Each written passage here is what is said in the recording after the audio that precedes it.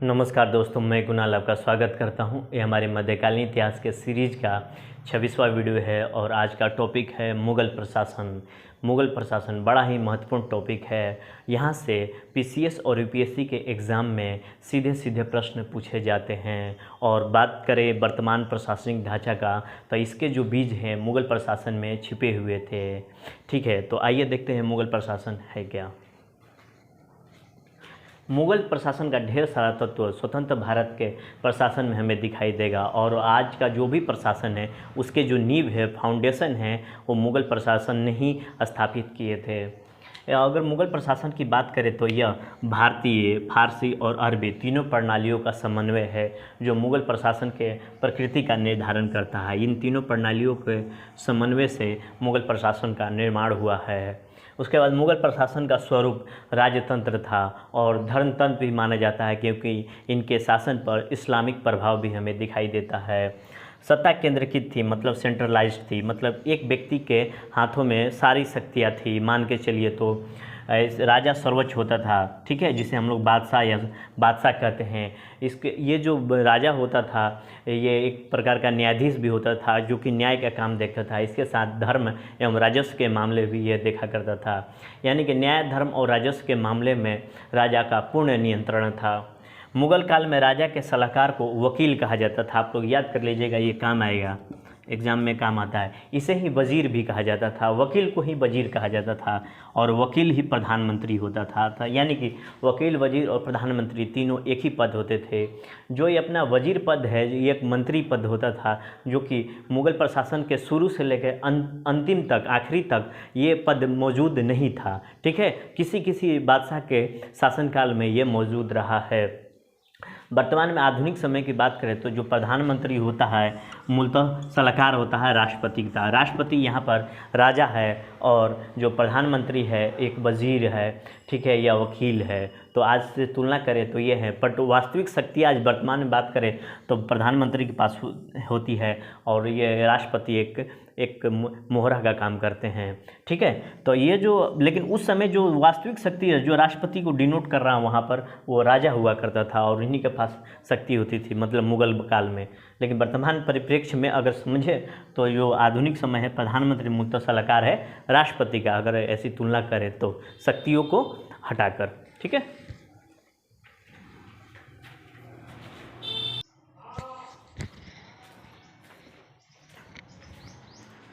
जिस प्रकार आज की जो प्रशासनिक ढांचा है त्रिस्तरीय है, यानी कि केंद्र के स्तर पर, राज्य के स्तर पर और पंचायत स्तर पर, इस समय भी कुछ इस तरह की ही व्यवस्था थी। तो आइए सबसे पहले केंद्र के स्तर पर देखते हैं कि उस समय सैन्य प्रमुख कौन होता था, कौन राजस्व प्रमुख होता था, कौन धर्म प्रमुख होता था। ठीक है, तो आइए थोड़ा सा इस पर नज़र दौड़ाते हैं। पहले केंद्र का देखेंगे, फिर राज्यों का देखेंगे, फिर तीसरे स्तर पर का नज़र दौड़ाएंगे। ठीक है, आइए देखते हैं। केंद्र के प्रमुख अधिकारियों की बात करें तो हमने पिछले ही स्लाइड में देखा था, वकील, वजीर और प्रधानमंत्री तीनों एक ही पद होता था जो कि राजा का सलाहकार होता था। ये मंत्रियों के मंत्री होते थे। अगर गुप्त काल और मौर्य काल में बात करें तो इन पदों को अमात्य कहा जाता था, याद कर लीजिएगा यहाँ से भी। ठीक है, अब दूसरा सबसे प्रमुख पद होता है मीर बख्शी, जिसे आज हम लोग रक्षा मंत्री कहते हैं, डिफेंस मिनिस्टर कहते हैं। मीर बख्शी सेनापति ना होकर रक्षा मंत्री होता था।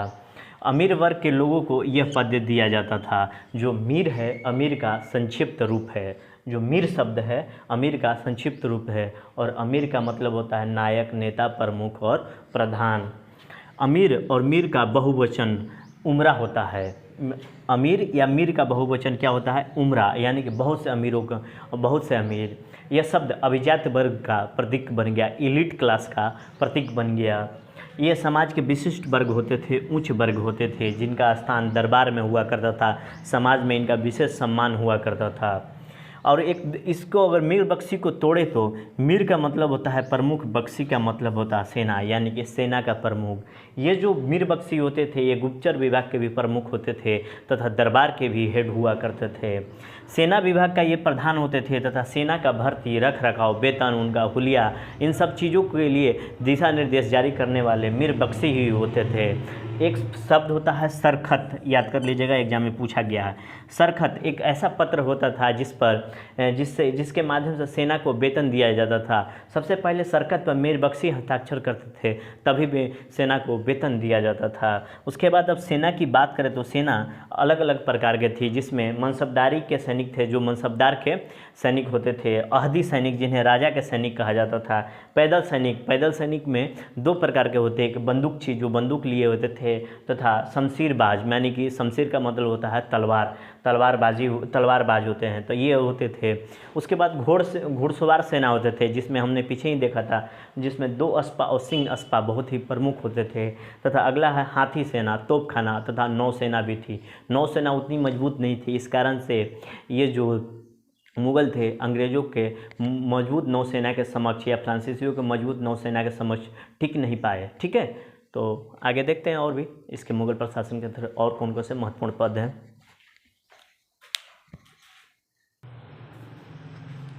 केंद्र के प्रमुख अधिकारियों में अपना है अगला दीवान ए आला, जो वित्त से संबंधित हुआ करते थे, जिन्हें वित्त मंत्री भी कहा जाता था, फाइनेंस मिनिस्टर। और अकबर के समय बात करें तो ये राजा टोडरमल थे, जो कि शेरशाह सूरी के दरबार में भी रह चुके थे। भू राजस्व राज्य की आय का सबसे बड़ा स्रोत था, और ये जो अकबर के समय भू राजस्व की 2 प्रणालियाँ प्रमुख थी, जिसमें पहला अपना है जब्ती प्रणाली। इसके अंतर्गत फसल के अनुसार कर लगाया जाता था, जिस प्रकार की फसल उस प्रकार का कर्ज। उसके बाद है 10 साल प्रणाली, यानी कि 10 वर्षों के औसत को निकालकर लगान लगाया जाता था, कर लगाया जाता था। कर की दर की बात करें तो मध्यकाल में 1/2 से लेकर 1/3% तक रहा है, जबकि औरंगजेब के समय यह 2/3 था। इसी कारण से औरंगजेब के विरोध में किसान खड़े हो गए थे। इस समय किसानों की स्थिति बहुत खराब हो चुकी थी। इसके बाद बात करेंगे सद्र उस सुदूर में अगला मंत्री होते हैं जो अनुदान मंत्री कहलाते हैं, जिसे समाज कल्याण मंत्री के नाम से भी जाना जाता था। ये जो सद्र उस सुदूर हैं स्थानीय न्यायाधीशों की नियुक्ति करते थे, न्यायाधीशों को काजी कहा जाता था। उसके बाद मीर समा या खान समा, जिसे भंडारगिरी का प्रमुख होता था और शाही परिवार के कार्य का देखभाल करता था। ये सम्राट का सबसे विश्वासियों में से एक था। प्रधान काजी मुख्य न्यायाधीश हुआ करता था। उसके बाद एक होता है मुहतसिब प्रजा के नैतिक चरित्रों का देखभाल करने वाला इस्लाम के अनुसार।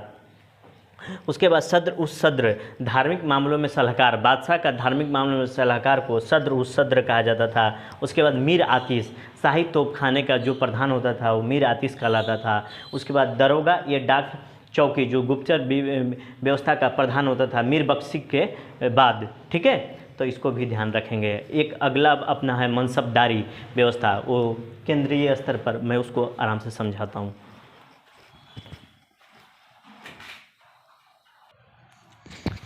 मुगल प्रशासन मनसबदार बहुत ही प्रमुख प्रणाली थी। मनसबदारी पद्धति मुगल काल की नौकरशाही थी। यह मध्य एशिया में प्रचलित थी तथा ये चंगेज खां के प्रशासन से भारत में ये प्रवेश की। मनसब पद नाम है, मनसब जो है पद नाम है, और दार का मतलब होता है मालिक। ठीक है ना, मनसब पद नाम है। मुगल काल की 3 शक्तियाँ का मनसबदारी में संयोजन किया गया, जिसके अंतर्गत अमीर वर्ग, सेना वर्ग और नौकरशाही तीनों को मिलाकर मनसबदारी वर्ग कहा जाता था। अमीर वर्ग उच्च वर्ग होता था। अमीर वर्ग के लोगों को ही मनसबदारी दी जाती थी। प्रांतीय प्रशासन व्यवस्था में मनसबदार उच्च पद होते थे। और एक शब्द आता है इसमें जात। जात एक व्यक्तिगत टर्म है। व्यक्तिगत टर्म का मतलब हुआ उसका पद कितना बड़ा है, उसको वेतन कितना दिया जा रहा है।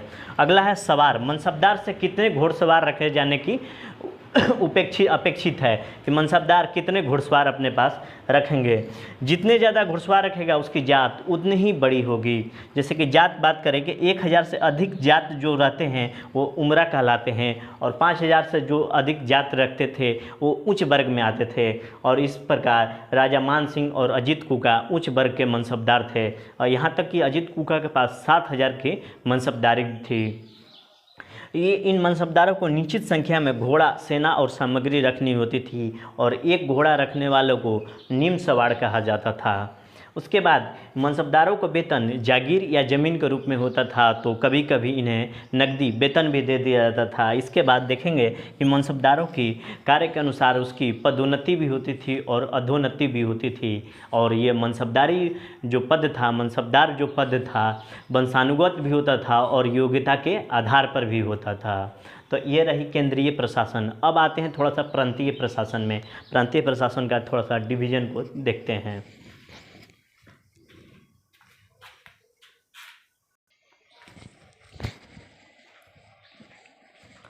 वर्तमान में जिस प्रकार प्रशासन को सुचारू ढंग से चलाने के लिए, राज्य व्यवस्था बनाए रखने के लिए अलग अलग हायरार्की बनाई गई है, अलग अलग श्रेणियाँ बनाई गई है, अलग अलग स्तर बनाए गए हैं। तो आइए देखते हैं कि हमने पिछला केंद्र स्तर पर देखा था, अब देखते हैं कि प्रांतों के स्तर पर और ग्रामीण स्तर पर प्रशासन की व्यवस्था क्या थी, यहाँ पर कौन से महत्वपूर्ण पद थे।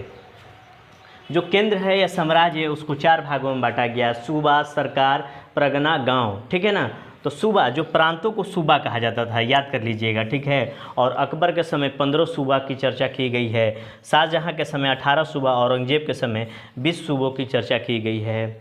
सूबेदार जो सूबे का प्रमुख अधिकारी होता था, ये मुख्यतः राज्य परिवार या बादशाह के परिवार से होता था। और दीवान सूबे का वित्त अधिकारी होता था और केंद्रीय दीवान का ये अधीन होता था। जैसे कि आज वर्तमान में हम लोग देखते हैं बक्सी सूबे में सेना का प्रमुख होता था।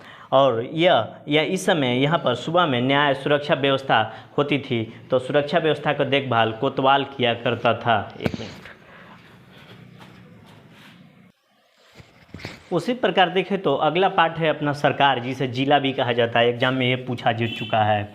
ये राज्य को दिखाता है, वर्तमान में देखें तो ये डिस्ट्रिक्ट को दिखाता है, जिसमें फौजदार जो होता था कानून व्यवस्था देखता था तथा इसकी नियुक्ति बादशाह करता था। एक अमल गुजार पद होता था जिसे भू राजस्व व्यवस्था देखने वाला होता था जिला में।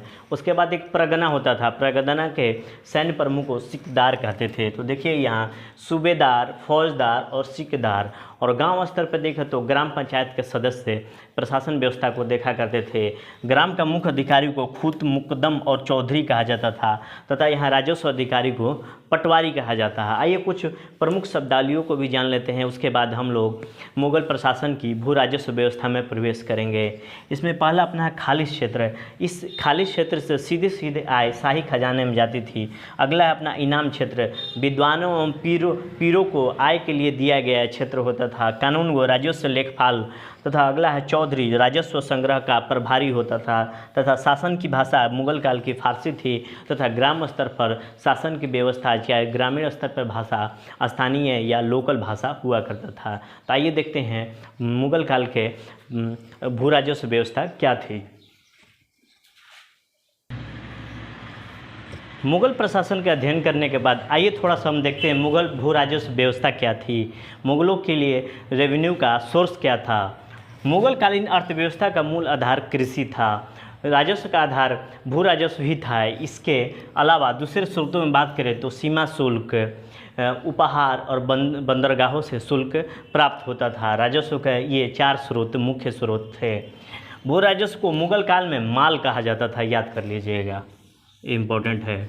जो पैदा हो रहा है उसे उत्पादन में राज्य का हिस्सा होगा। माल का मतलब हो रहा है जो पैदा हो रहा है उसका राज्य का हिस्सा होगा। कुल उत्पादन का 1/3 भाग यानी कि 33% सामान्यतः ये माल होता था। कहीं कहीं तो ये 50% भी था और हमने देखा था कि औरंगजेब के समय ये 2/3 यानी कि 66% के आसपास पहुंच गया था। मुगल भू राजस्व व्यवस्था व्यवहारिक वैज्ञानिक को व्यवस्थित बनाने का श्रेय बादशाह के रूप में अकबर को जाता है और नौकरशाह के रूप में टोडरमल को जाता है।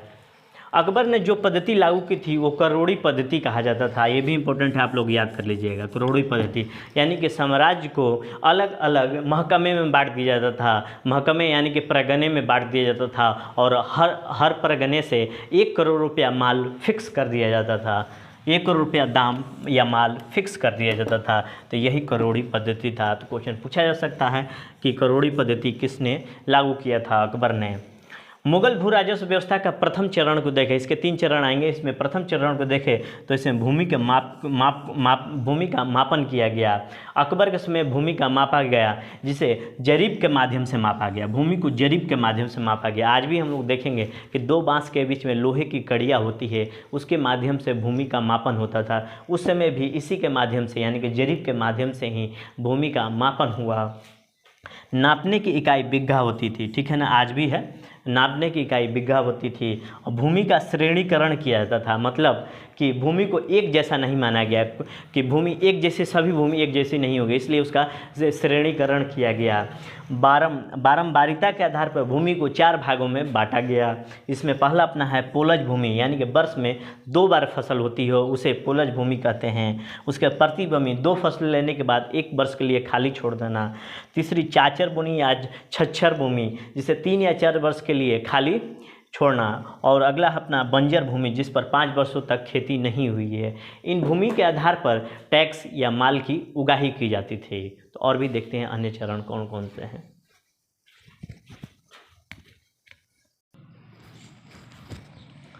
मुगल भू राजस्व व्यवस्था के द्वितीय चरण को देखें तो यहाँ पर माल का निर्धारण होता था। जितने भी उत्पादकता होती थी, उत्पादन के आधार पर माल का निर्धारण होता था। और उत्पादकता के आधार पर भूमि को 3 श्रेणियों में बांटा गया था: उच्च श्रेणी, मध्य श्रेणी और निम्न श्रेणी की भूमि। 10 वर्षों के औसत के आधार पर माल का निर्धारण होता था, जिसे 10 साल बंदोबस्त कहा जाता था, जो अकबर के समय शुरू हुआ। उसके बाद तीसरे चरण बात करें तो कुल उत्पादन का 1/3 भाग ये उस टैक्स लगाया जाता था। और काम करें और टैक्स उगाही करने वाले अधिकारी को पटवारी कहा जाता था। भू राजस्व से परगना के स्तर पर जुड़े अधिकारी को कानूनगो, जिसे राजस्व लेखपाल कहा जाता था। और आमिल, जो राजस्व निर्धारण करने वाला या वसूली करने वाला तथा यह सरकार तक राजस्व को पहुंचाने वाले अधिकारी को आमिल कहा गया। ठीक है। एक प्रथा होती है जमींदारी प्रथा या जागीरदारी प्रथा। सबसे पहले हम लोग देखें कि मनसबदार सबसे ऊंचे पद पर होते हैं, मनसबदार सबसे ऊपर होते हैं तथा इनको देखा था हमने कि मनसबदारों को वेतन के रूप में जागीर या ज़मीन दी जाती थी। अब ये इतने बड़े क्षेत्रों पर अकेले काम नहीं कर सकते थे, इसलिए अपने नीचे कुछ अधिकारियों को रखा जिसे जागीरदार कहा जाता था। जागीरदार अक्सर हम पाएंगे कि जो राजपूत शासक होते थे उन्हें राजस्व वसूलने का अधिकार दे दिया जाता था, किंतु राजस्व वसूलने का अधिकार जागीरदारों का था, लेकिन प्रशासनिक अधिकार स्टिल मनसबदारों के पास ही बना रहा। ये जो जागीरदार होते थे राजस्व वसूलते थे, बड़े बड़े भूमि क्षेत्रों पर इनका अधिकार होता था तथा इनके अपने क्षेत्र में इनका प्रभाव बहुत ज़्यादा था। ये प्रभावशाली लोग होते थे। ये एक तरह से क्षेत्रीय राजा होते थे जिन्हें राजा, राव, राणा या रावत कहा जाता था। जागीरदारों को मदद करने के लिए एक जमींदार भी पद होता था जो कि ग्रामीण स्तर पर होता था तथा भू राजस्व की वसूली में सहायता करने के लिए अमीन को नियुक्त किया जाता था। ये जागीरदार और जमींदार पद अस्थायी होते थे, अस्थायी नहीं होते थे। इस कारण से ये जबरन वसूली करते थे तथा ये शोषण करते थे। लगभग उत्पादन का 70% ये अपने पास रख लेते थे। इस वजह से किसान बहुत असंतोष हुआ करते थे और मुगल प्रशासन के डिक्लाइन में सबसे बड़ा कारण किसानों का असंतोष भी रहा है, क्योंकि इतना ज़्यादा कर का वसूली होगा तो किसान दरिद्र हो जाएंगे, गरीब हो जाएंगे और विद्रोह करने के लिए तैयार हो जाएंगे। तो मुगल प्रशासन के विलय या डिक्लाइन में ये इतना ज़्यादा टैक्स वसूली भी, भू राजस्व वसूली भी उसके एक कारणों में से एक है। कुछ 3 शब्द होते हैं, इसको आप याद कर लीजिएगा। एक किसानों की प्रकार हुआ करते थे, जिसमें पहला प्रकार होता है खुद काश्त किसान। खुद काश्त किसान उन किसानों को कहते थे जो अपने गांव के भूमि पर कृषि करते थे। उसके बाद पाही काश्त किसान उन किसानों को कहते थे जो दूसरे गांव के भूमि पर कृषि किया करते थे। तथा मुजारियन ये वैसे किसान होते थे जो भूमि किराए पर लेकर कृषि किया करते थे। तो ये रही मुगल प्रशासन और मुगल भू राजस्व व्यवस्था। कल हम लोग मध्यकाल में नगरों का उदय, भाषा का उदय तथा मध्यकाल का वास्तुकला का अध्ययन करेंगे तथा समय मिला तो मध्यकाल का मूल्यांकन भी कर लेंगे। एक थोड़ा सा बड़ा लेक्चर होगा, ठीक है। तो आज भर के लिए इतना ही। आपके सहयोग के लिए धन्यवाद। नमस्कार, जय हिंद।